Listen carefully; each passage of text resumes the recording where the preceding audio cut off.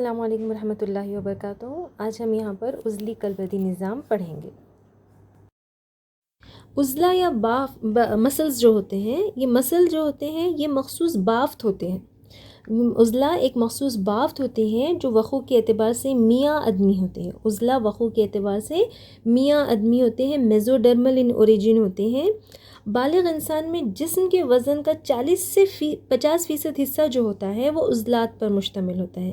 40 سے 50% حصہ جسم کا جو وزن ہوتا ہے وہ عضلات پر مشتمل ہوتا ہے۔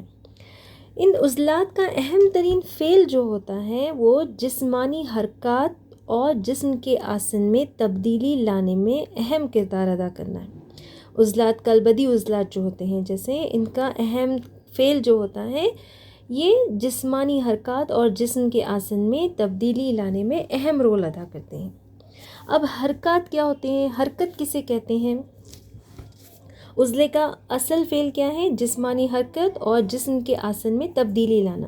اب حرکت کسے کہتے ہیں؟ جسمانی حصوں کی حالت میں تبدیلی حرکت کہلاتا ہے۔ جسمانی حصوں کی حالت میں تبدیلی حرکت کہلاتی ہے۔ جیسے انسانی جبڑوں زبان وغیرہ کو حرکت دے سکتا ہے انسان، تو یہ کیا کہلائے گا؟ حرکت کہتے ہیں۔ حرکت کے نتیجے میں کیا ہوتا ہے؟ مقام، جگہ یا رخ میں تبدیلی واقع ہوتی ہے۔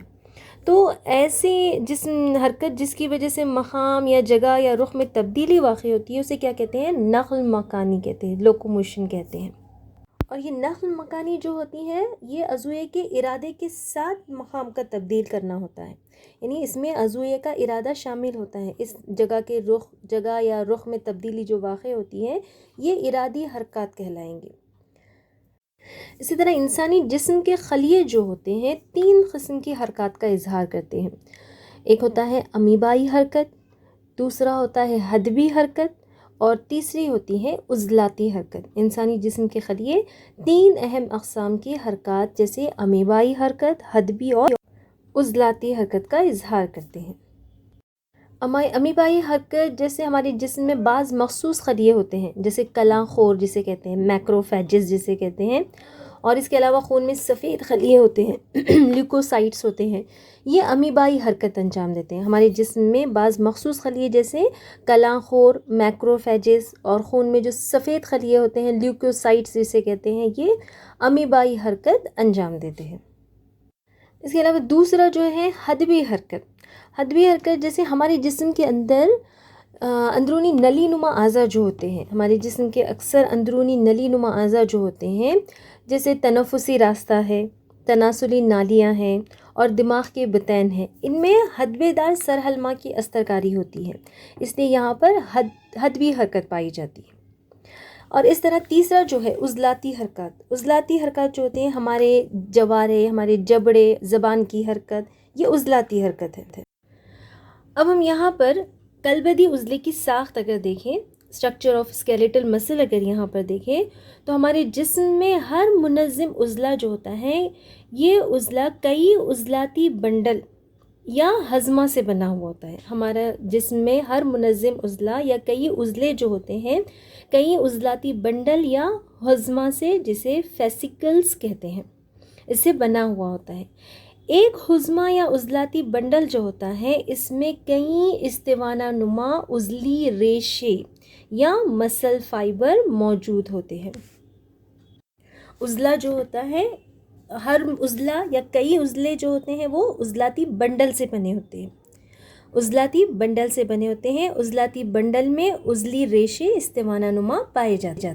عضلہ جو عضلاتی بنڈل سے بنا ہوا ہوتا ہے، تو عضلاتی بنڈل جو ہوتے ہیں یہ ایک دوسرے سے کولاجینی اتصالی بافت کی پرت سے بندھے ہوئے ہوتے ہیں۔ ایک دوسرے سے کولاجینی اتصالی بافت کی پرت کے ذریعے یہ عضلاتی بنڈل جڑے ہوئے ہوتے ہیں، اور اس پرت کو کیا کہتے ہیں؟ نسیجی غلاف کہا جاتا ہے۔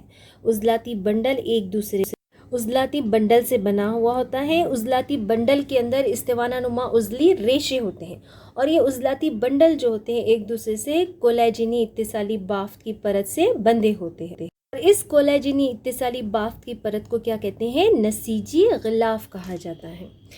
اب یہاں پر کولاجینی اتصالی بافت کی پرت جو ہے، تو یہاں پہ کولاجن کیا ہے؟ کولاجن یہ انسانی اصل پروٹین ہے۔ کولاجن کیا ہے؟ ایک ریشئی پروٹین ہے جو استخوان، غضروف، وتر اور دوسری اتصالی بافت کی تشکیل میں حصہ لیتا ہے۔ تو یہ انسانی جسم کی اصل پروٹین۔ تو عضلہ کیا ہے؟ عضلہ کئی عضلاتی بنڈل سے بنا ہوا ہوتا ہے۔ عضلاتی بنڈل کے یا ہضمہ کے اندر جو ہوتے ہیں کئی استوانہ نما عضلی ریشے پائے جاتے ہیں۔ یہ عضلاتی بنڈل ایک دوسرے سے کولاجینی اتصالی بافت کی پرت سے بندھے ہوتے ہیں۔ اس پرت کو کیا کہتے ہیں؟ نسیجی غلاف کہا جاتا ہے۔ عضلاتی ریشے کی اگر ہم یہاں پر الٹرا ساخت دیکھیں عضلاتی ریشے کی، عضلاتی ریشے کیا ہے؟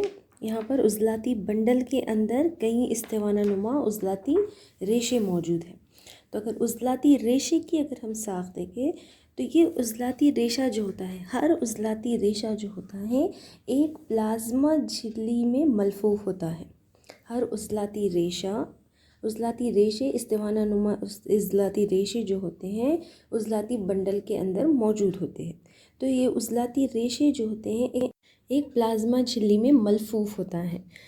یہ پلازما جھلی جو کہ لحم غشا اور لحم مائع کو گھیرے ہوتی ہے۔ پلازما جھلی میں ایک لحم غشا سارکولیما اور لحم مائع یعنی کہ سارکوپلازما جو ہوتا ہے یہ گھیرے ہوئے ہوتی ہے، اس میں یہ ملفوف ہوتا ہے۔ پلازما جھلی میں جو کہ لحم غشا اور لحم مائع کو گھیرے ہوتی ہے اس میں ملفوف۔ یہ کلبتی عضلاتی ریشے خلیے جو ہوتے ہیں یہ ریشے خلیے جنینی اکنواتی عضلی نحوس خلیوں کے آپس میں ضم ہونے سے تیار ہوتے ہیں۔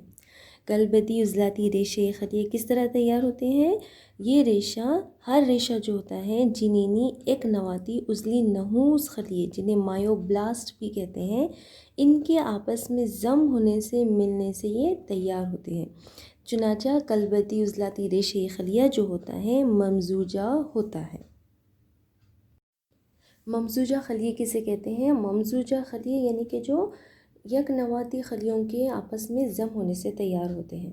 تو یہاں پر کلبتی عضلات جو ہوتے ہیں کلبتی عضلاتی ریشے جو ہوتے ہیں یہ یک نواتی عضلی نحوس خلیوں کے آپس میں ضم ہونے سے تیار ہوتے ہیں۔ یہ ریشہ جنینی یک نواتی عضلی نحوس خلیوں کے آپس میں ضم ہونے سے تیار ہوتے ہیں، تو اس لیے انہیں کیا کہیں گے؟ ممزوجہ خلیے کہتے ہیں۔ اس طرح یہاں پر یہ ڈھانچی عضلاتی خلیے جو ہوں گے یہ کیا ہوں گے؟ کثیر نواتی ہوں گے، کیونکہ یہ یک نواتی خلیوں کے آپس میں ضم ہونے سے تیار ہوتے ہیں اور یہ ممزوجہ ہوتے ہیں۔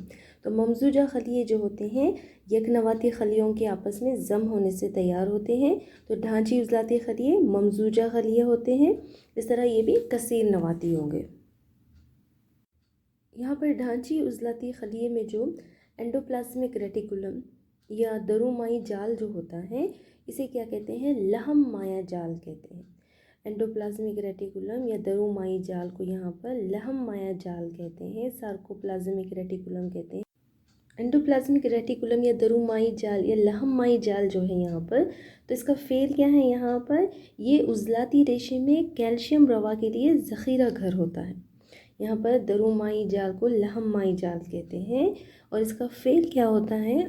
عضلاتی ریشے میں کیلشیم روا کے لیے ذخیرہ گھر ہوتا ہے۔